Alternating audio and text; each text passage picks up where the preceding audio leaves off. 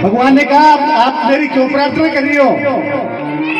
आप जो समान है माँ काली, माँ लक्ष्मी, सरस्वती का स्वरूप हो, उसमें मेरी माँ आती है। और देवताओं का उसी जगह पे कैलाश में आना और भगवान शंकर का प्रसन्न होकर के और पैरों में घुंघरू बांध करके और नाचना। यहाँ पर इधर का विराम था और उधर है जो मतलब यज्ञ में प्रतिष्ठा में भगवान का सभी जो मूर्तियां हैं उनका मंगल जलाधिवास था।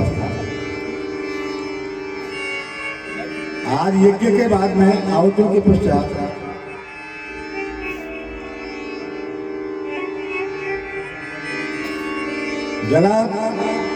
जलाधिवास से प्रार्थना पूर्वक सभी मूर्तियों का उत्थापन हुआ। आगे धान्यादिवास होगा। धान्यादिवास जो होगा जब स्त्री के गर्भ में 2 मास का बालक हो जाता है, वही इधर अन्नादिवास है और वही इधर पुंसवन संस्कार है। अपने यहाँ विशेषकर संस्कार को करते नहीं है, लेकिन उसको पुंसवन संस्कार कहा जाता है, जो 2 महीने में होता है। और जो 2 महीने में संस्कार होता है, इसमें कई प्रकार की बधाइयाँ, गीत संगीत का प्रोग्राम होता है ताकि बालक आगे बढ़े और उसका अच्छा विकास हो, डेवलपमेंट ठीक हो। इसलिए अच्छे संगीत सुनाए जाते हैं और उसकी कुछ रीति के हिसाब से कुछ परिपाटियां होती है, उसके अनुसार गीत संगीत चलता है। आइए आज के इस मंगल पावन में हम प्रवेश करते हैं।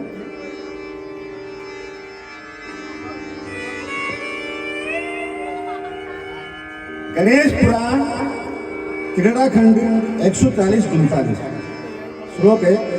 सर्वेषां भूप यज्ञानां ज्ञान यज्ञ तपोपरः।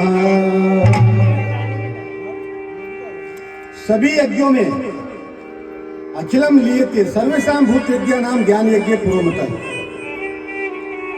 हे राजन, सब यज्ञों में ज्ञान यज्ञ श्रेष्ठ है, जिसको आप सुनते हो वही ज्ञान यज्ञ श्रेष्ठ है सभी यज्ञों में।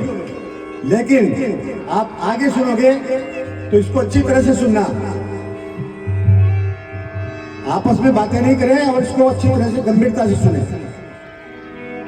ज्ञान यज्ञ श्रेष्ठ बताया गया है, लेकिन मोक्ष साधक ज्ञान यज्ञ में सब कार्य क्षीण हो जाते हैं। क्रीड़ा खंड 147 में बताया गया है।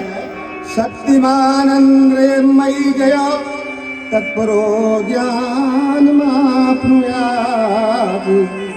लब्ध्वा तत्परमं मोक्षं स्वल्पकालेन यात्ससो।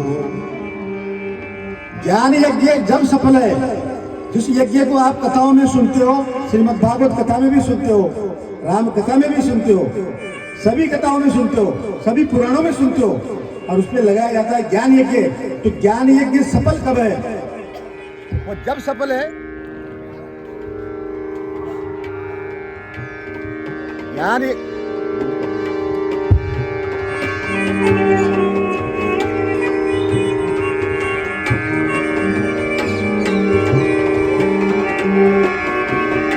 यज्ञ जब सफल है, इंद्रियों को वश में आदमी कर ले। अब पहले इंद्रियों पे चलते हैं हम।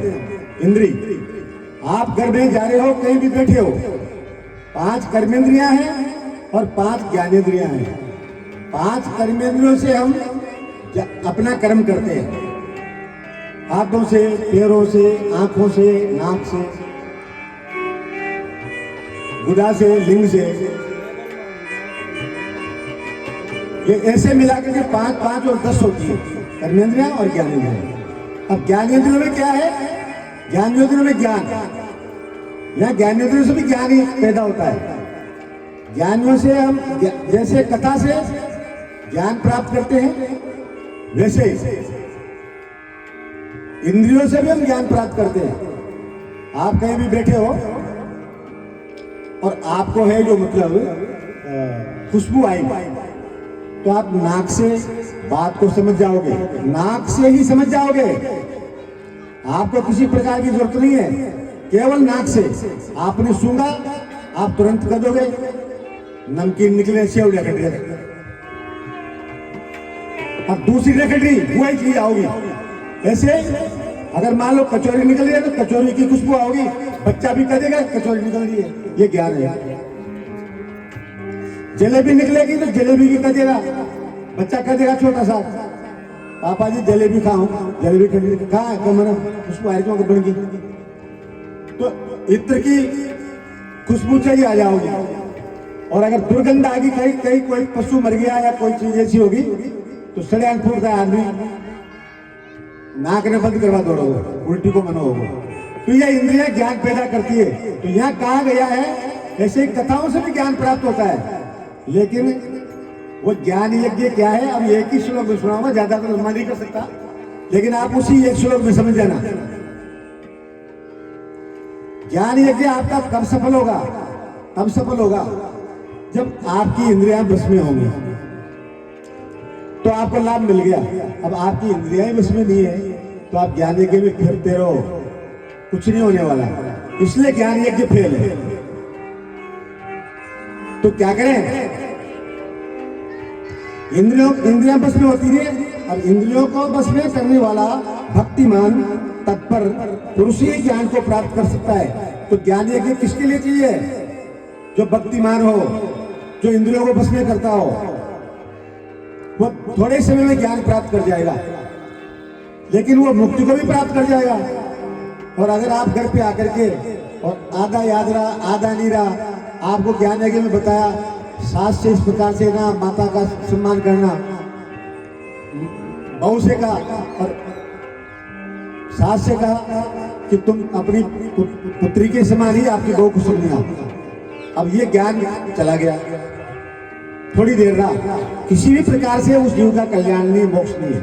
इसलिए आगे क्या कहा? ज्ञान यज्ञ नहीं सुने, सुन लो भले से सुनो, उसमें कोई फर्क नहीं पड़ता, लेकिन वो मोक्ष कारक नहीं है।